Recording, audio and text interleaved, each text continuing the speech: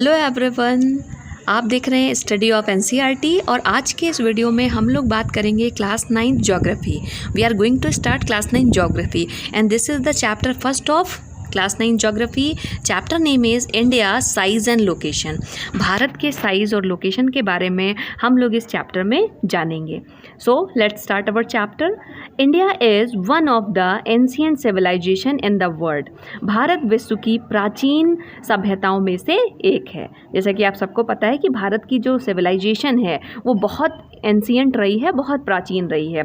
It has achieved multi faced socio economic progress during the last 5 decades. Bharat ने पिछले 50 सालों में, 5 डिकेड्स मीन्स 50 ईयर्स, 50 सालों में आर्थिक क्षेत्र में, सामाजिक क्षेत्र में बहुत सी प्रगति की है।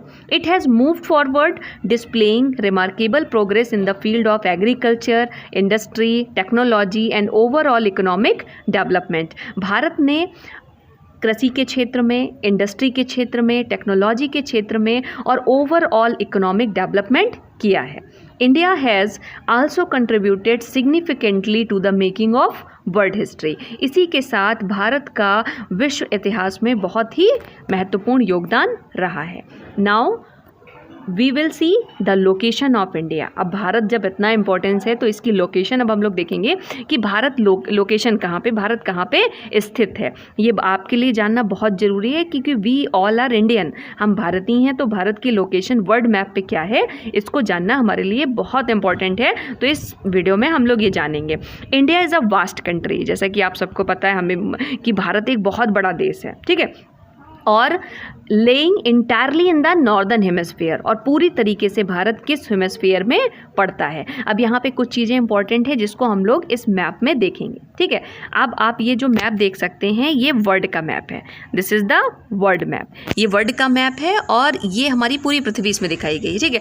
अब आपने देखा होगा इस वर्ल्ड में आपको, इस मैप में आपको कुछ लाइन्स दिख रही हैं। ये आप देख रहे हैं ये लाइन्स, ठीक है। ये कुछ खड़ी खड़ी लाइन्स है जिसे हम लोग बोलते हैं लॉन्गिट्यूड, ठीक है। ये जो लाइंस हैं जो इस तरीके से हैं, जो नॉर्थ से साउथ की तरफ आई हैं, उन लाइंस को हम लोग क्या बोलते हैं, लॉन्गिट्यूड। और कुछ लाइंस हैं जो पूरब से पश्चिम की तरफ, ईस्ट से वेस्ट की तरफ जा रही हैं, इन लाइंस को हम लोग क्या बोलते हैं, लैटिट्यूड्स बोलते हैं। तो इसको आप लोग आगे के जो छोटे क्लासेस में 6th 7th 8th में भी आप लोग पढ़ चुके हैं। तो लैटिट्यूड और लॉन्गिट्यूड ये इमेजिनरी लाइंस हैं। इनको ग्लोब के ऊपर इमेजिन करके बनाया गया है ताकि जगहों को लोकेट किया जा सके कि कौन सी जगह कहाँ पे है, ठीक है। तो उसको एग्जैक्ट लोकेट करने के लिए ये लाइंस बनाई गई हैं। तो अब आपने देखा कि ये जो लाइन है जो बिल्कुल बीचों बीच में पड़ती है 0 डिग्री पे, ये पूरे ग्लोब को 2 इक्वल पार्ट में बांटती है। हमारी पूरे अर्थ को, ग्लोब को 2 भागों में बांटती है। जो ऊपर वाला है उसे बोलते हैं नॉर्दर्न हेमिस्फीयर मीन्स एन से इसको आप लिख सकते हैं, और नीचे वाला क्या है, सदर्न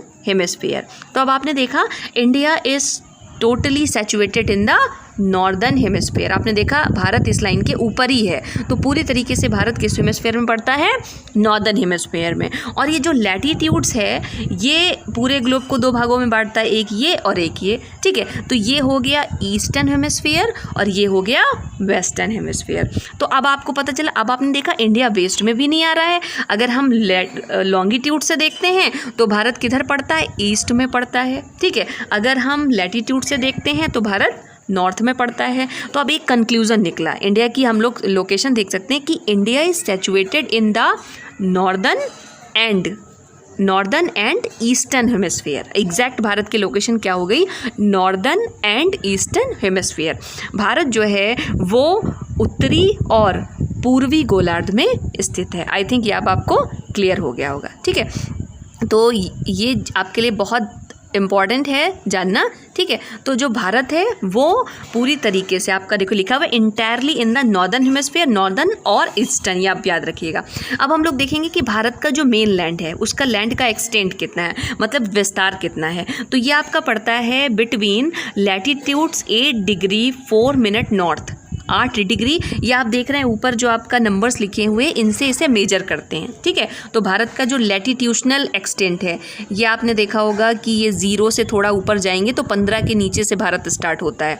ये यहाँ से आप देख सकते हैं एग्जैक्ट, जब आप इसको स्केल लेके मेज़र करेंगे तो ये आपका कितना होगा, 8 डिग्री समथिंग जो आपके लिखा हुआ है, ये देखिए 15 से नीचे जा रहा है, ठीक है। तो ये लैटिट्यूड 8 डिग्री से स्टार्ट होता है और कब तक आता है ये देखिए 37, यहाँ पे आएंगे तो 37 पड़ेगा। तो ये आपका लैटीट्यूड आपने देखा कि इस ऐसी वाली लाइन से, जो लाइनें हमारी जा रही हैं पूरब से पश्चिम की तरफ, उन लाइनों से हम लोग क्या देख रहे हैं, लैटीट्यूशनल एक्सटेंट देख रहे हैं। इसको आप मेज़र भी कर सकते हैं, अगर आपके पास मैप है तो आप उसको बिल्कुल स्केल से मेज़र कर सकते हैं। और लैटीट्यूशनल एक्सटेंट क्या है, 68 आएगा, ठीक है। तो लैटीट्यूशनल एक्सटेंट हम लोग लॉन्गिट्यूशनल कहाँ से देखेंगे, ये यहाँ से देखेंगे। ये देखिए 68 के बाद में जब यहाँ से देखेंगे तो ये 68 पड़ेगा, ठीक है, 68.7 मिनट ईस्ट में। और यहाँ तक जाएंगे तो कहाँ तक पड़ेगा, 97, ठीक है।